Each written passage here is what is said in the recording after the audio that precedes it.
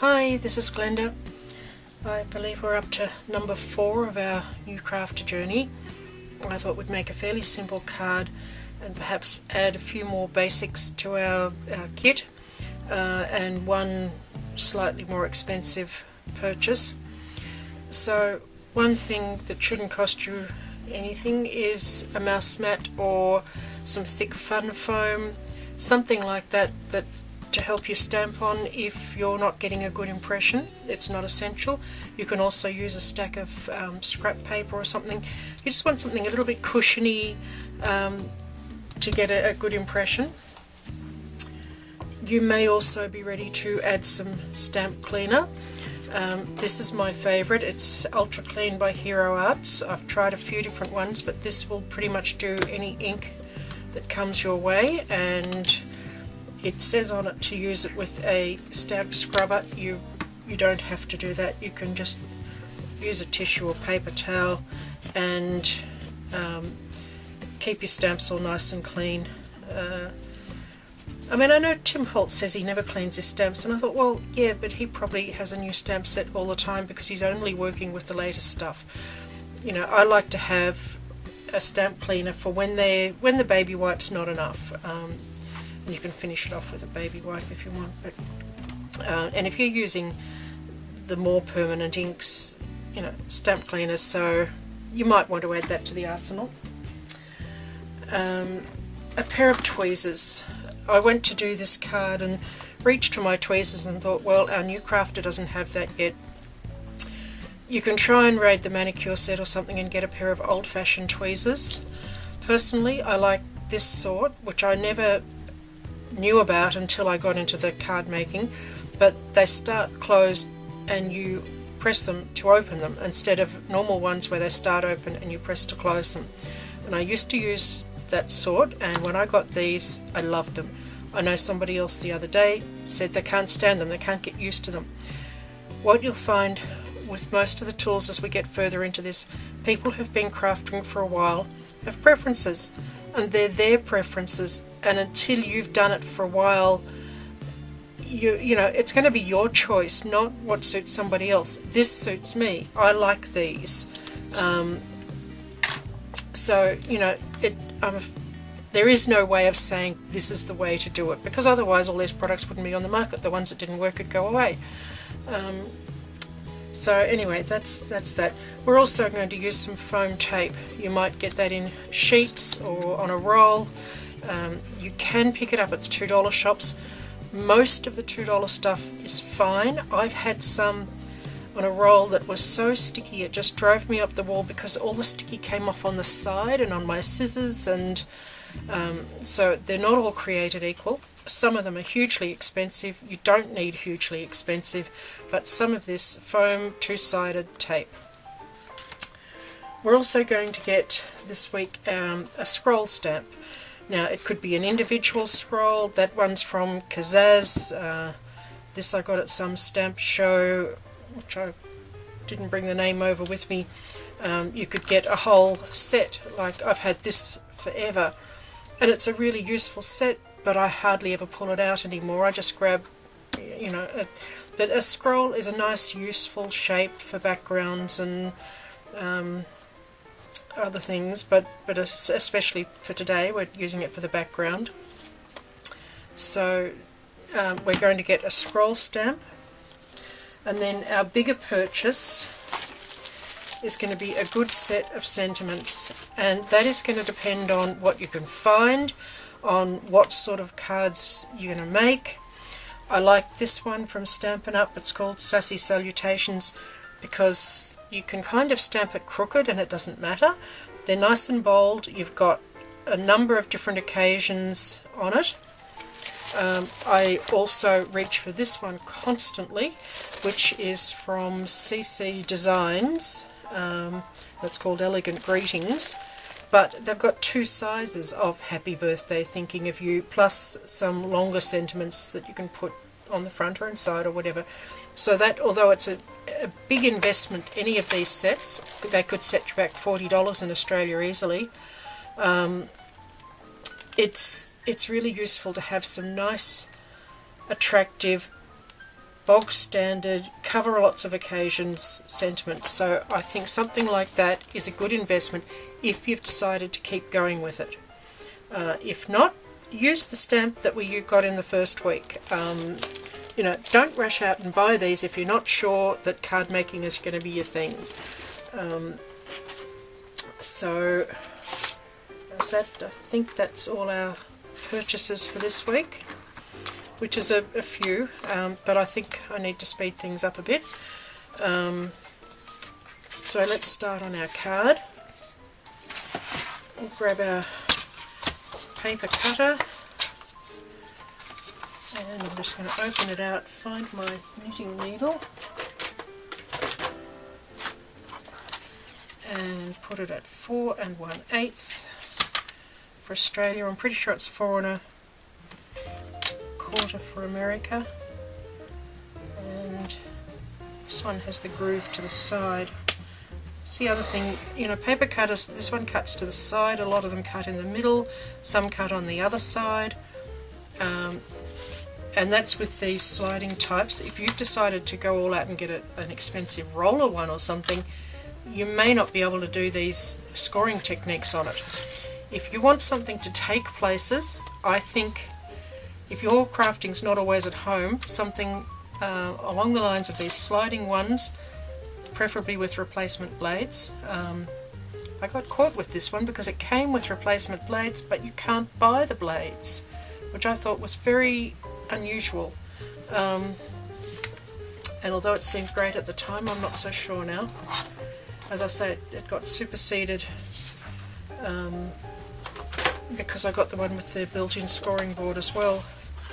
Although it's a lot bigger to take places. Again, it depends how much space you have when you get there, how often you go, whether you keep separate things packed up. If you're a new crafter, you're not going to have 2 of everything, you're going to have to pack them up. But if you're a new crafter, your whole supplies might be small enough to fit in one bag. My original supplies fitted in a little trolley thing, and that was everything I had. I could have picked it up and gone crafting without any problem. So we've folded our base. I'm going to cut 3 squares that are 1.5 inches.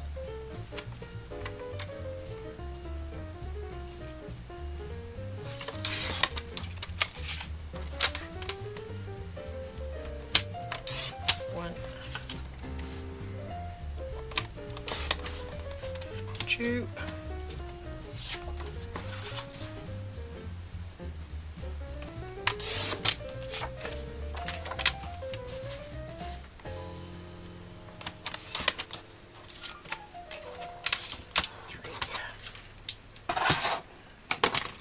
And we're going to take the corner rounder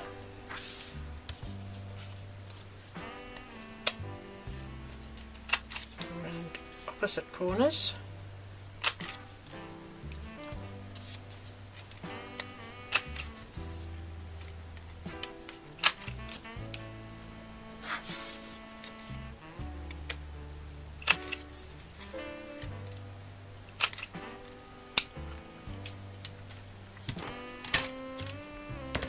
Swirl stamp.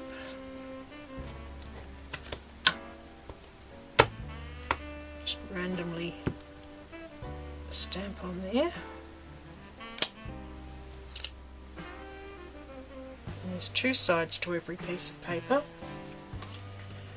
So we're going to put it on our mat.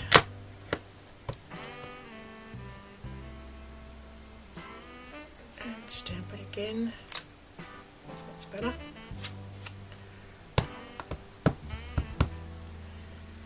This one a bit different by just stamping in a slightly different spot.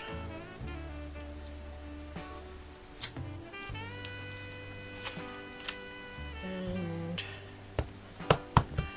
let's see, just make that a partial one. Like that.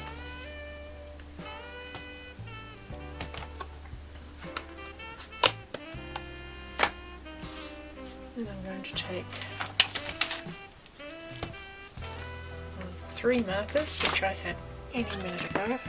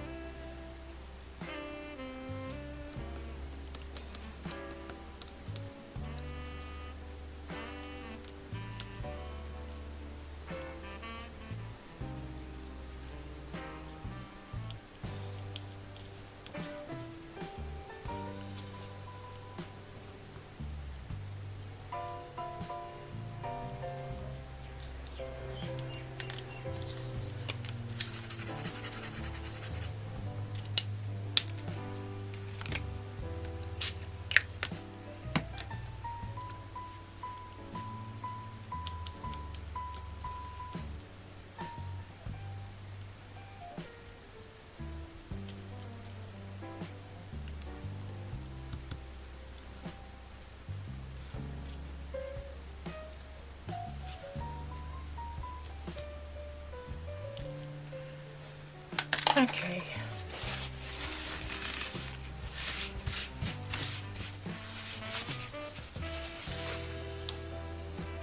Just move those and flip this over so I don't get my base card dirty.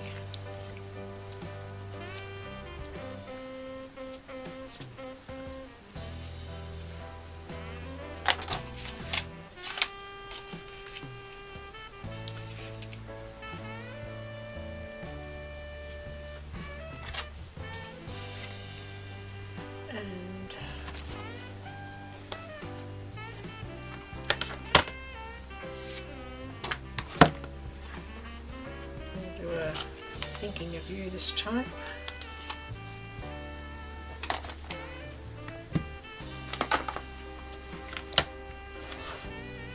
So I know I want to put it about there.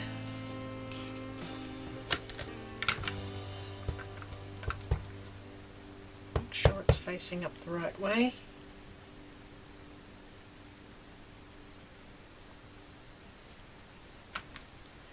You see, that's not entirely straight, and with this stamp set it just doesn't matter. It has become a bit of a favourite, this one. So we're going to turn these over, put our foam tape on the back. Because they're wet, I'm going to use 2 on each one. You could get away with 1. But if you do, then you run the danger more of them squashing, especially if you're mailing it.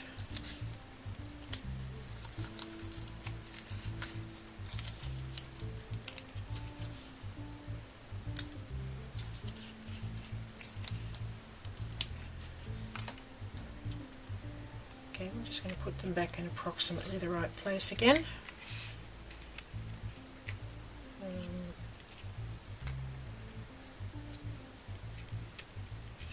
I want all the curves to face the same way. Maybe swap that one and that one.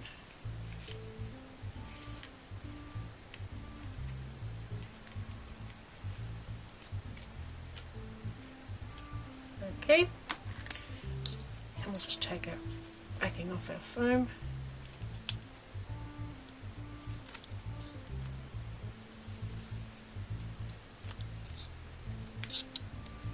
And for anything like this, I like holding it with tweezers to put it on.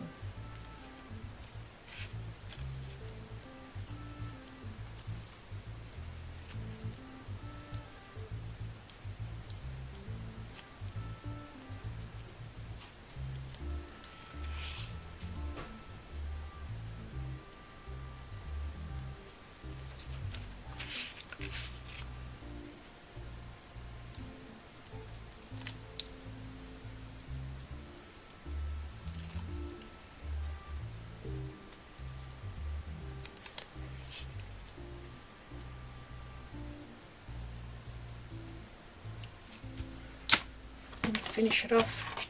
We're just going to round 2 of the corners. Just going to be this inside one and its opposite to make it match our squares. So that's today's card, and a few more tools to get. Obviously, again, you know, these don't have to be got. I could have put that on without tweezers. I think eventually you're going to want a pair of tweezers. You may or may not already have a set. I certainly made do with a pair that I had for a long time, and until I discovered these. And I was going to say they're not a big purchase. A pair like this could set you back $5 here, possibly even a fraction more.